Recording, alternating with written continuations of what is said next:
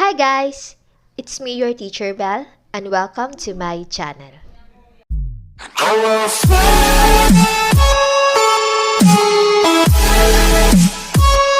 For this video, I will discuss asset.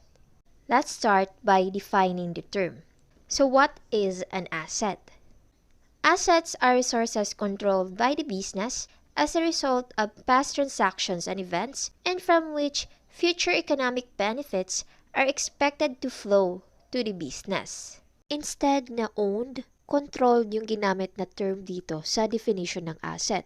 Kasi class, there are assets na kahit hindi siya pagmamayari talaga ng business, but the business has a right to use the asset, then pwede itong i-include ni business sa kanyang mga current assets. An example of an asset that is not owned by the business pero meron siyang control dito is yung prepaid rent. In prepaid rent kasi, ang building ay hindi pagmamayari ng business but pagmamayari ng iba.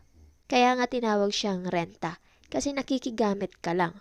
Pero yun na nga, dahil yung business is may right na gamitin tong building, pwede niya itong i-include as current asset. Dito naman tayo sa future economic benefits. Assets class have the ability to produce economic benefits by generating cash inflows or decreasing cash outflows. And there are two classifications of asset. We have the current and non-current assets. For current assets, these are the assets expected to be realized in cash within 1 year from the reporting date or the normal operating cycle, whichever is longer. When we say normal operating cycle, this is the period required to convert cash into inventory, inventory into accounts receivables, and accounts receivables into cash. Bale, yung cash talaga, yung determinant for an asset to be classified as current. Pero hindi lahat ng cash is current. Kung yung asset, included na nga yung cash, is hindi pasok sa criteria ng current asset, ito na nga yung criteria that it must be realized in cash within 1 year from the reporting date or the normal operating cycle, whichever is longer. Then automatic, non-current yung asset. Now let's have some examples of current asset. The following are the examples of current asset. We have cash, cash equivalents, accounts receivable, notes receivable, inventories, unused supplies, and prepaid rent. Now let's discuss each of them. To begin, we have the cash. The cash is the lifeblood of a business. Kasi class, yung cash yung bumubuhay sa business. Hindi ito makakapag-proceed sa kanyang operation kung walang cash. Halos lahat yata ng transaction na may kinalaman sa business ay may cash involvement. And this includes cash on hand, which is composed of the bills, coins, checks, money orders, or bank drafts. Also, cash deposited in bank, such as the savings account and checking account. Included din sa item na to, yung cash fund. Dapat tong mga cash fund are unrestricted. So, pwede siyang magamit kahit sa anong transaction, such as the petty cash fund, which is yung cash na nasa may cashier. So, this petty cash fund, pwede siyang magamit na pambayad sa kahit anong expenses. As I've mentioned earlier, hindi lahat ng cash is current. So, kung yung cash is restricted, automatic non-current siya. Another example of a current asset are the cash equivalents. Cash equivalents are short-term, highly liquid investments that are acquired 3 months before maturity or earlier. Examples of cash equivalents include commercial paper, treasury bills, and short-term government bonds with a maturity date of 3 months or less. Kaya siya tinawag na cash equivalents kasi these are documents convertible into cash.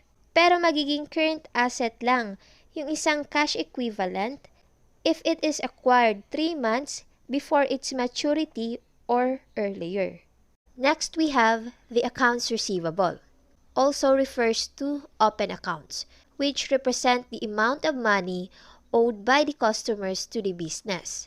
Ito yung mga utang ng customers sa business. At itong mga utang na to ay mula sa mga inutang na inventories or products ng customer sa business, or hindi kaya sa inutang na serbisyo ng customer dun sa business. Like accounts receivable, notes receivable also represents the amount of money owed by the customer, or yung utang nga ng customer sa business.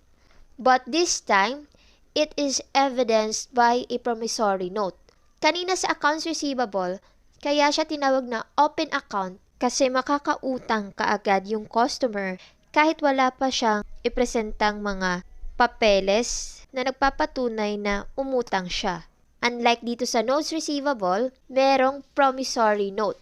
A promissory note is a written and signed promise to pay by the maker, yung gumawa ng promissory note or yung may utang, to the payee or yung inutangan, is some certain in money on demand at a specified future date. Now let's have the inventories, which is composed of 3. The finished goods, or ito na yung tinitinda ng business sa kanilang customers. The other one are the work in process, or ito yung mga inventories na hindi pa tapos, nasa production pa siya. And lastly, the raw materials, or ito yung mga inventories na ginagamit ng business to create their product. Also, we have unused supplies.